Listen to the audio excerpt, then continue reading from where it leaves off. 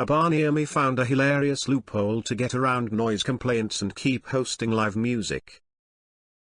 A bar in my town used to host live bands all the time, until one of the neighbors complained about the noise. It turns out the zoning rules didn't allow them to have live music and they almost got shut down. The bar owner read over said zoning rules and notices that the wording forbade them to have live music indoors. But they could have it outdoors. So, they moved the stage to the patio section, where it would be even louder for the neighbors, and still be legal. They still have live music sometimes, but not nearly as often as they used to. Don't want to push their luck, I guess. Now to the comments. Maybe good soundproofing? I was visiting friends in Adelaide, South Australia. We ran out of wine and I offered to get more. They directed me to a pub a couple of blocks away. It was an old building on a corner surrounded by houses, and at first I thought it was closed because it was dark and quiet, but for the open sign outside. Entered through 2 sets of doors to find it heaving. Band playing in the back, and front bar full of punters drinkers. Prominent signs at the door to be mindful of neighbors when leaving. I'd how that would go in summer though. Edit, a word that was confusing non-English/Oz/NZ slang speakers. Also, it seems there are many pubs in Adelaide like this. I don't recall the pub's name. And yes, you can buy wine and other alcohol to take away in Australian pubs, usually from the bottle shop. I'd how that would go in summer though. I'd have to assume without airflow and with lots of insulation you'd have to have air conditioning or you'd be cooked alive. Even during the winter with crappy insulation, a crowded room will quickly get hot without air conditioning or pulling in cold air from outside. Reminds me of Las Vegas. People move in and start complaining about the billboards of scantily dressed women that perform at the hotel shows. But the children, they'll see it. Welcome to Sin City. What happens in Vegas, stays in Vegas. They changed the slogan. What happens here, only happens here. That's because what happens in Vegas ends up on YouTube didn't test well. I used to rent an apartment over a restaurant. The restaurant has hockey teams, basketball teams, etc. Rent the whole place out on occasion. It's just a couple days a year so I didn't care. It wasn't a big deal. Just shut the windows and watch a movie or throw on my headset and play some video games. Sometimes they'd call me and ask if I wanted any food for not being a dick and just dealing with it. That place had a great bar and a great brunch. Too bad they shut down a few years ago. Skeptical. Oh man, I used to work for rec centers that would get rented out to parties. Neighbors would complain all the time, so when they called, I had to pull out the sound meter and measure it at the property line at the fence and tell them it was fine. Sometimes they would call minutes before the music was supposed to get cut off to complain. Parties would always offer food too, since it was always a giant buffet. Good times. Same thing happened where I grew up.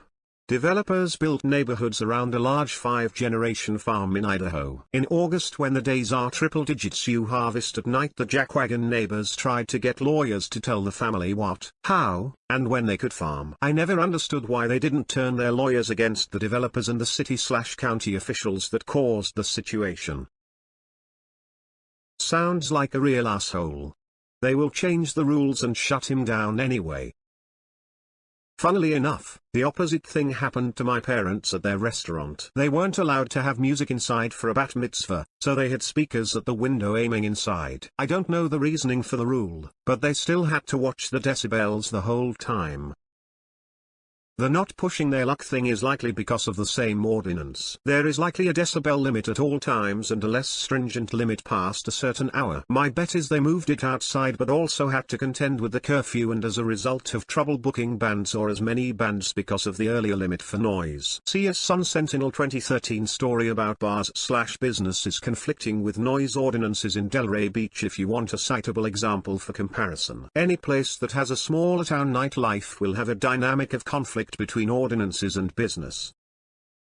We had similar issues with our clay shooting range near my parents' place. It had been built in the 1940s, then it was the middle of nowhere. Come early 2000s a suburban neighborhood moves in next door and they want it shut down, you know, for the safety of the children. Which is complete bullshit. They got the county funding for the range cut with the hopes it would go under. Too bad for them, a patron comes in and asks when they had recycled the lead on their land last. The owners were clueless about recycling. Turns out they had 60 years of lead in the ground that could be recycled. Had a company come out and take a few inches off the top of the land and melt it down for the lead. They made bank, redid the place, and now have more shooters than ever. What shits me, and this has happened and is happening in my home city, is wealthy people buying fancy apartments in or close to entertainment districts and then whining to the city about noise. And of course, the city tends toward the rich people because they pay insanely high land rates to them to own said fancy apartments. Rubbish. And then complaining on Facebook that the nightlife isn't as good as it used to be. Yes. Oh man. There's the quiet enjoyment clause of the housing law that supersedes what your neighbors do. The points to hammer down come down to zoning and disclosure. The bar is in a commercial zone. If the neighbor is in a residential zone, then the onus is on the homeowner that has signed off on the disclosure knowing that the home is next to a commercial zone. The same applies to people that buy homes in air traffic patterns. They have nothing to complain about when pilots come in for touch and goes. If the neighbor is in a commercial zone like in a condo, then the onus is on the hoe and the majority owners as far as what to do. The bar has a right to play music outside, it's part of the CCRs. The condo owners know this as it's also part of their CCRs. A judge would make both parties go through arbitration as both have a right to do what they do. If the neighbor is in an apartment, they are sole. Yeah, but music outside is a whole other issue that might not fall under zoning rules. For example, it could be a town or city rule that there is not live music permitted after 10 p.m. Western Springs Speedway. Been there since the 60s or thereabouts. Used to be isolated, but urban sprawl caught up to it in the 80s-ish. Now it's no longer a speedway because the people who moved in next to a bloody racetrack complained about the, surprise surprise, noise. I used to live next to a popular restaurant and every night every 30 minutes or so they would empty a tub of glass bottles into the recycling bin at the back. Made a huge amount of noise and technically they weren't allowed to just dump their bottles that late if it made that much noise, but they'd be doing it until after midnight. Now this was one of the fanciest restaurants in town. We'd routinely see top government ministers and such just walking by the front of the house. All because they liked to hobnob at this expensive restaurant. Like I'm just out the front smoking a joint in my boxer shorts and the federal minister for education walks by chatting to some heavyset woman, no security or anything. They'd eat and then go for a walk and chat, which always meant walking by our house.